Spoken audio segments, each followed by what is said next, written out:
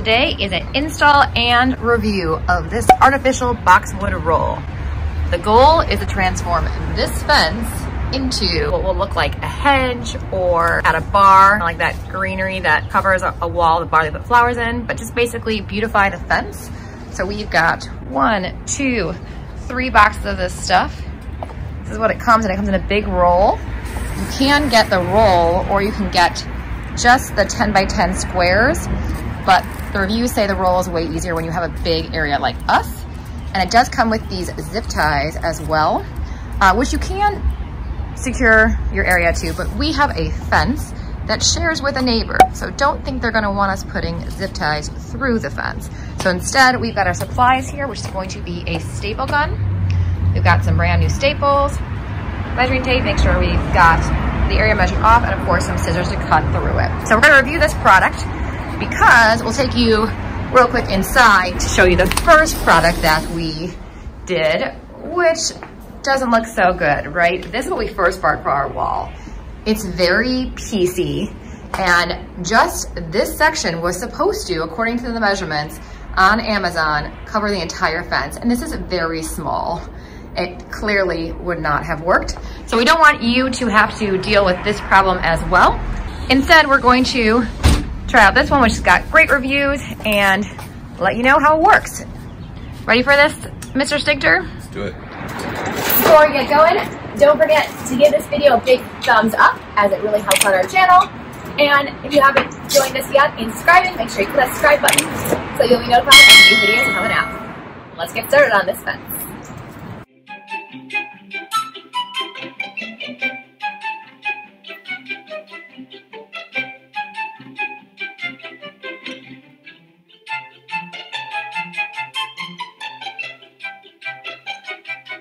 These rolls are coming in 10 feet rolls, so you realize they're quite heavy to hold up. And so what we decided to do was put one screw at the front and one small screw on the end just to hold it, and then we can go through and attach in multiple places to make sure it's nice and secure. We want to make sure we're straight across first. So you can see we've got one little screw here, and then we just hung it right on the screw. The thing we've realized is that we're not going to make it to exactly being a square above and below. So instead of going bottom to top, we're going to start top so we can work with the fence line and know we're starting even at least. So we're going to do the same thing, put a screw in on the top and hang it so we have a kind of base, and then we'll start pinning.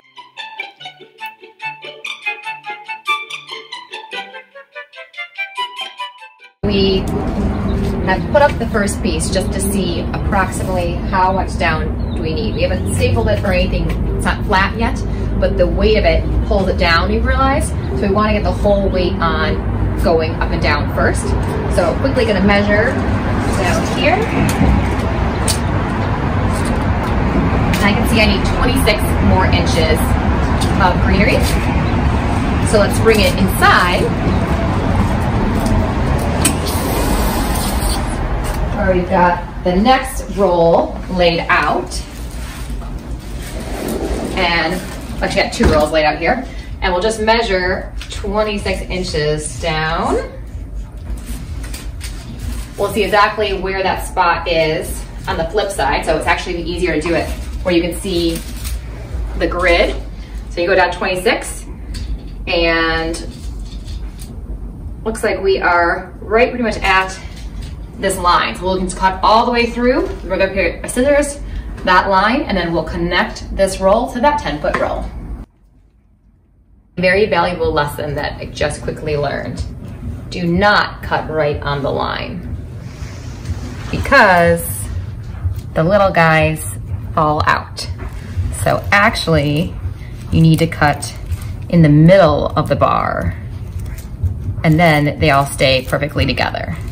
So make sure you gotta decide which side of the bar you're going on. So you're gonna be slightly quarter, half inch off, but it's okay because there's the greenery kind of overlaps it a little bit. So you should be fine, doesn't match up exactly. First piece cut. Now just to do the rest. So we're gonna need to attach this piece to the one hanging on the wall, and it comes with holes already and little attachments, but they're not big enough. So I'm taking a little pointed screwdriver and I'm making the holes bigger just so we can have enough to pop it in and make the hole bigger so we can fit the two pieces together and snap them together. So it's kind of painstaking to do that to every hole, but works all right. Okay, let's bring this new cut piece outside. And now we want to attach it down here. So we're going to attach it right to this piece. We've got these little guys here. There's the little knobby guy. And that will go in to the hole Jay just made.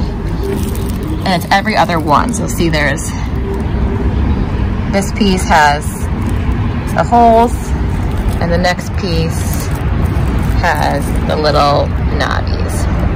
So now we're gonna come through here and do the same thing you did inside and widen the holes just a little bit. They're so tight, they really hurt your hands to connect the pieces. And you don't wanna widen it too much because then they won't stay connected. But if we just widen it just a little bit more, it makes it nice and easy, and then your hands don't hurt at all to connect. We'll go all the way across doing this. Almost spring, but not quite there. Freezing. Okay, so we're basically going one square at a time, and we're making sure the top is lined up to the top of the fence, and then we're letting the weight pull it down and staple as we go to keep it flat. So you can see it kind of looks bunchy. We want it flat to the wall, so we're just periodically staple gunning it to the wall.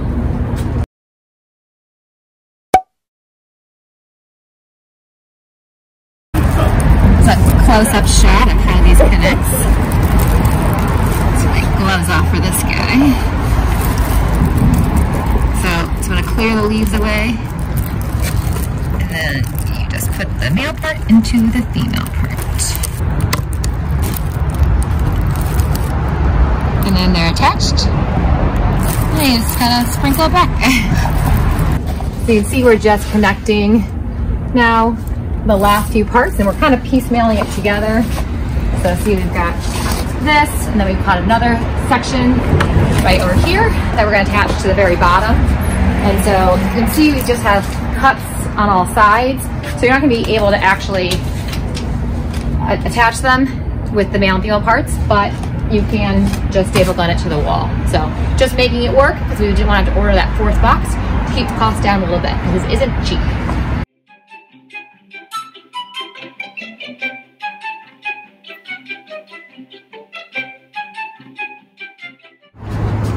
So that's it. This is the wall. Doesn't it look so great? This wall and pillow are compliments of my sister. She found this amazing greenery. If you are looking for it, we'll put the links in the Amazon description below. We'll also put the links of the greenery we showed you earlier, the ivy that we ended up hanging it inside, because that was a total bust. There is a big price description. That one cost $80. According to the measurements, it was supposed to measure the entire fence, but it clearly is not. It's like 1/8 of the fence, size-wise. This greenery, we had to use 3 boxes, which came to just over $450. So much bigger price difference, but totally worth it. This is full and lush and looks amazing. Much better quality. Yeah, much better quality. The inside is very sparse. So if you haven't, check out the rest of our patio makeover. We'll include the links in the description below. And if you haven't had a chance yet in this video, make sure to click that big thumbs up button, like this video. And if you're new to our channel, don't forget to subscribe to the Stigters. Thanks for joining us today, guys. We hope you love your future green walls too.